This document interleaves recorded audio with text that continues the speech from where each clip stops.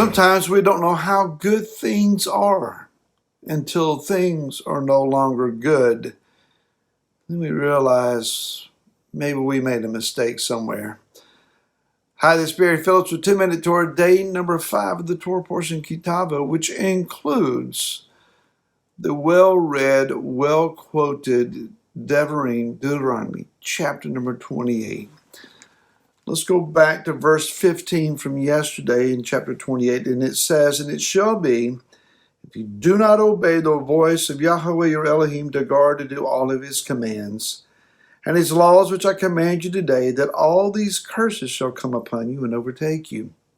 Cursed are you in the city, cursed are you in the field, cursed is your basket and your kneading bowl, cursed is the fruit of your body and the fruit of your land, the increase of your cattle and the offspring of your flocks. Cursed are you when you come in, cursed are you when you go out. Yahweh sends on you the curse, the confusion, the rebuke, and all that you set your hand to do, until you are destroyed and until you perish quickly because of the evil of your doings by which you have forsaken me."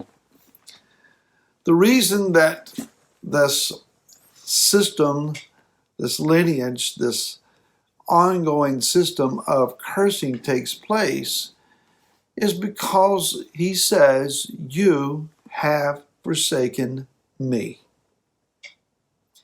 Somehow, then, Yah has become second place or less in our estimation.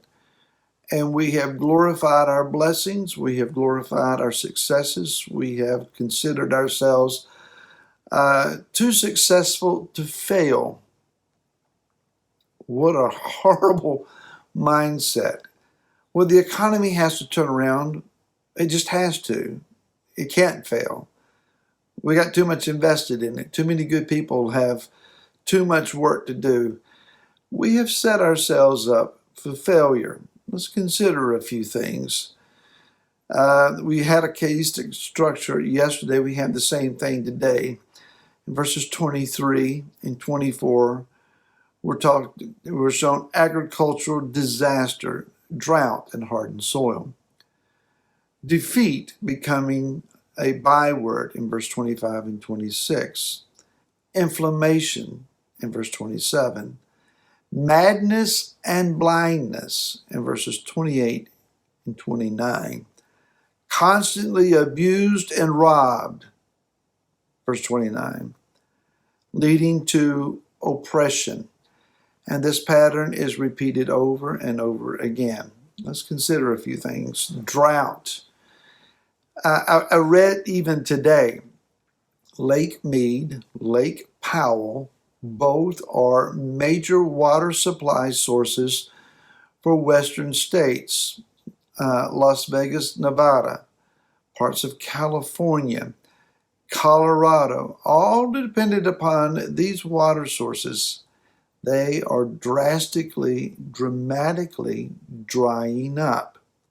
The water table has become grossly depleted. Even the famous Salt Lake City, Great Salt Lake, get that right. The Great Salt Lake outside of Salt Lake City is drying up. Now, why? Well, overuse for one thing, expanded and enlarged population centers demanding more and more water, but also there is a severe drought that has been years long, and it is depleting the water supply. But it can't happen, right? I mean, they'll figure it out, right? They'll find some more water, right? Will they? Will they? Defeat. It would have been unthinkable just a few years ago that the United States military would ever want to hang its head in shame. I mean, we were just too successful too many times. It is in very, very recent memory, however, where we are on planes and leaving Afghanistan with our heads hung down. And I know that there's a lot of conspiracy theories and a lot of issues, and there's a lot more to it than just whether we won or lost, or who can say how you win or how you lose, and maybe we should have got out a long time ago, and all of that stuff. But the way that that was brought about, regardless of who orchestrated it, it was shameful. And it left a stain on us. Inflammation. The number of people who are addicted to pain-killing drugs dealing with inflammation-oriented issues, inflamed joints, aches, pains, sufferings in the bodies, is astronomical. Madness and blindness. Can I tell you that people are crazy? Would you believe it? Go outside, go downtown, venture out somewhere in business, take a look around. Constantly abused and robbed. People are being attacked on our streets. It's in the news almost on a consistent basis. Someone has been sucker punched and robbed. People are being attacked everywhere, in our major cities especially. Oppression. We are economically, financially, relationally, socially, militaristically, spiritually depleted. We're hurting.